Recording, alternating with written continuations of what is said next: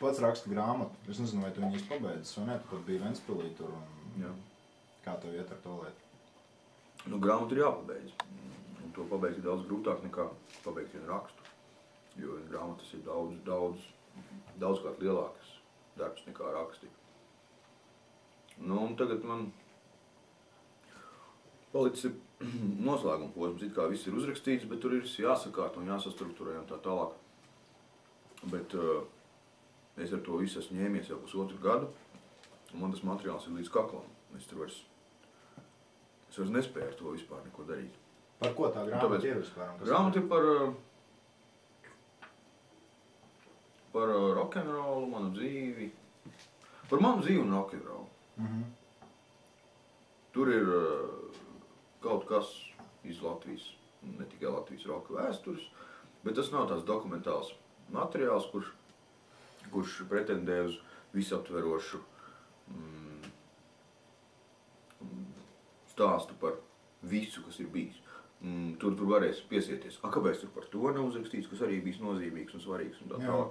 Tur ir uzrakstīts par to, kas ir uz mani atstājis kaut kādu iespaidu un kas man ir nācis manās acīs, manās ausīs.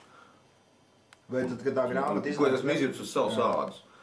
Jo es neintervēju simtiem cilvēku, lai noskaidrotu, kurā gadā notika tas, un kā bija tur, un kā bija vēl kaut kur.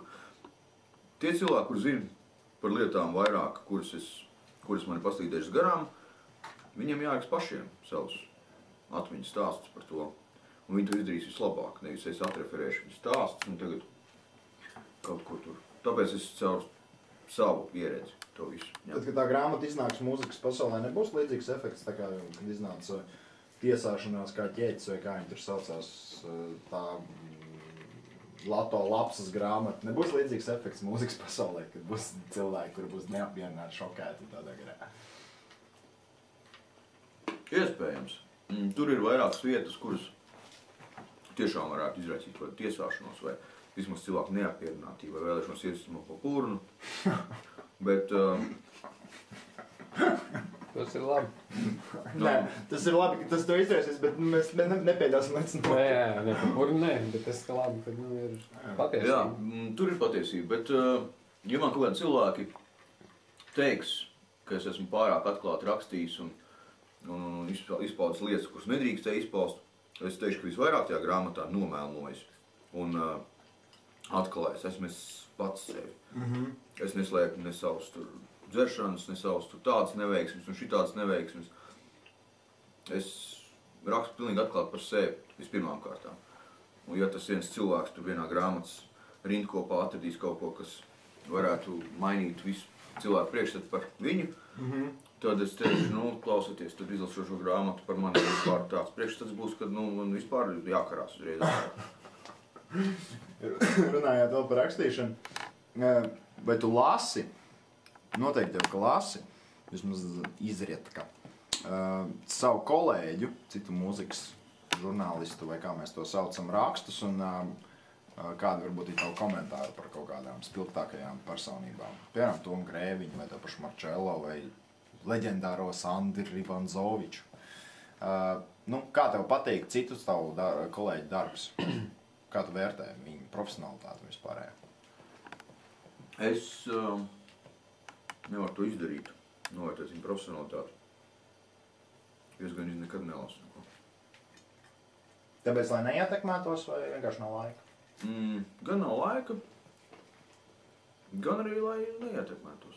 Jo patiesībā to, ko viņi ir uzrakstījuši, to es vairāk vai mazāk zinu arī pats.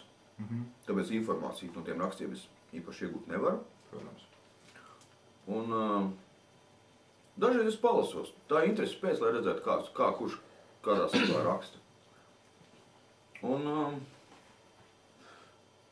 arī par šiem cilvēkiem man ir skaidrs vairāk vai mazāk, kā viņi raksta, kā viņi domā, jo man pietiek ar to, kas ar viņiem satiekos un parunājos ar viņiem klātienē. Tas ir tāpat kā ar Paulu Bankovski,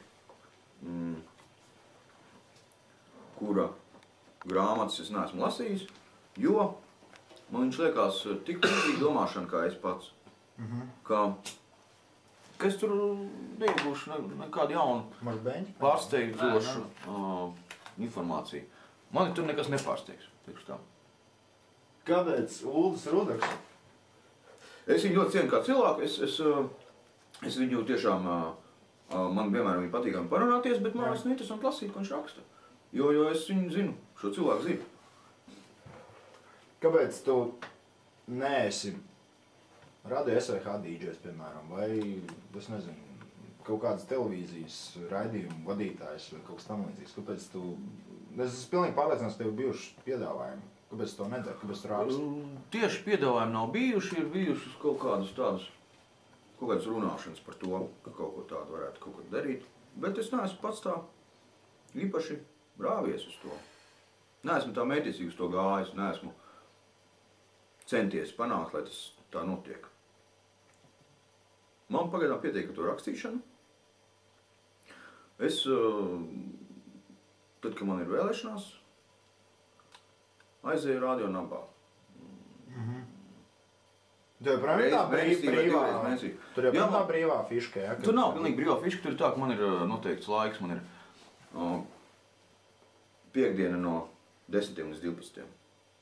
Tā ir piekdienas vakars, kad gan arī neviens neklausās. Droši vien radio. Visi dzer. Nu, tad es, ja man ir iedvesma un ir brīvs ēters tajā vakarā, tad es aizēju un lieku savu mūziku un uzaicinu kādu cilvēku un parunājos ar viņu ēterā un tā. Tu pats arī esi bijis saistīts kādreiz ar mūziku un varēji kļūt par mūziku. Jā, droši. Nav pazēni. Čau! Es kādu valstī. Nu, jā, man te intervē pašlaik. Tieši tā. Es jau tev sākumā pie... Es esmu mājās. Man mājās intervē. Es ilgu laiku, nu brauc, kad tu sanāk brauc. Es 50 minūtes. Labi, gaidīšu. Jā, čau. Es tev, mēs iepriekšējos, kad bijām pie tiem sēdēm, tu man izstāstīji to stāstu par tavu muzikālo pieredzi un kā tu arī esi, bija tur tā ģitāra un tie interesantie instrumenti un interesantās skaņas izstāst lūdzu mūsu skatītājiem par to tavu muzikālo pieredzi un kāpēc tu nekļuvi pats par mūziķi? Par mūziķis nekļuvu, tāpēc, ka man nebija pacietības iemācīties spēlēt no viena instrumenta līdz galam kārtīgi. Mūzikas skolā man atsāk nesūtīja, varbūt, ka vajadzēja. Varbūt, ka vajadzēja man spiest spēlēt kaut ko. Nopirka mums ar māsu sintezātoru Čižik, kurš darbojās ar 2 plakanajām baterijām. Ar to es kaut ko drusciņi paspēlēju, bet viņš skanēja pretīgi un briesmīgi un bļēkšķēja. Un drīz vien mums apnika ar viņu ņemties to sintezātoru. Pēc tam es no viena savu klases biedru nopirku, ka man bija kaut kādi 11 gadi, nopirku akustisko ģitāru. Nevis normāla akustiskās ģitāras lielumā, bet tāda mazāka akustiska ģitāra ir. No viņa dabūja arī skaņas noņēmēji, kas bija ieliekams tajā ģitāras caurumā iekšā. Ar vadu viņu piespraudu pie magnetofona lenšu. Un tad tu ģitāru tu sāk spēlēties un visādas skaņas no viņas tu dabūja ārā. Vairāk es kaifoju no skaņām, es mēģināju kaut ko nospēlēt, kaut kādas konkrētas melodijas. Bet tagad es sāku arī kaut ko konkrēti, kaut kāds gabals spēlēt, kaut kāds motīvus. Es ierakstīju lentē. Tad es ar resnākajām stīgām ierakstīju arī basu, laikam otrā ceļā kaut kur. Kaut kā tu bija tā iespējams, ka rakstās iekšā tas, kas...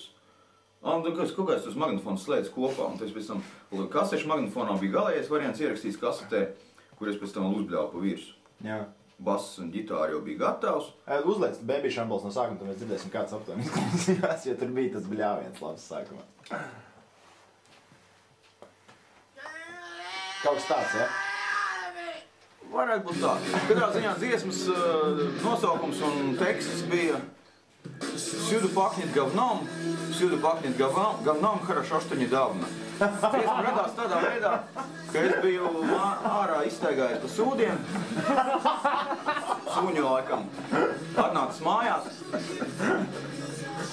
ar lupatu izstaigājis visas paklājas, un mamma bija šausmīgi dusmīga, un man ar lupatu mazgāt visas paklājas. Ja tad jau abi universālo tīrītāji.